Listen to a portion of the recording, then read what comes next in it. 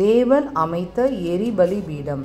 தேவன் அமைத்த எரிபலி பீடமானது சித்தி மரத்தால் ஆனது. இதை அக்கேசியா உட் என்று அழைப்பர். அமைத்த பலிபீடத்தின் நீள அகலம் முறையே 5, மேலும் இதன் உயரம் 3 முழம். மேலும் அதன் 4 பாகங்களிலும் கொம்புகள் அமைக்கப்பட்டுள்ளன. இந்த கொம்புகள் பலிபீடத்தின் பாகங்களாகவே அமைந்துள்ளது. இது வெண்கலத்தால் மூடப்பட்டு உள்ளது.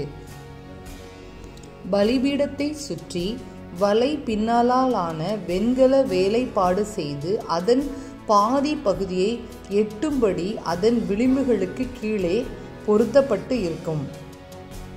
பலிபீடத்தின் துணை கலன்களாவன சாம்பல் சட்டிகள், அள்ளு கருவிகள், பலிபீட கிண்ணங்கள், முள்கரண்டிகள், நெருப்பு தட்டுகள் ஆகிய எல்லா கலன்களும் வெண்கலத்தால் செய்யப்பட்டவை.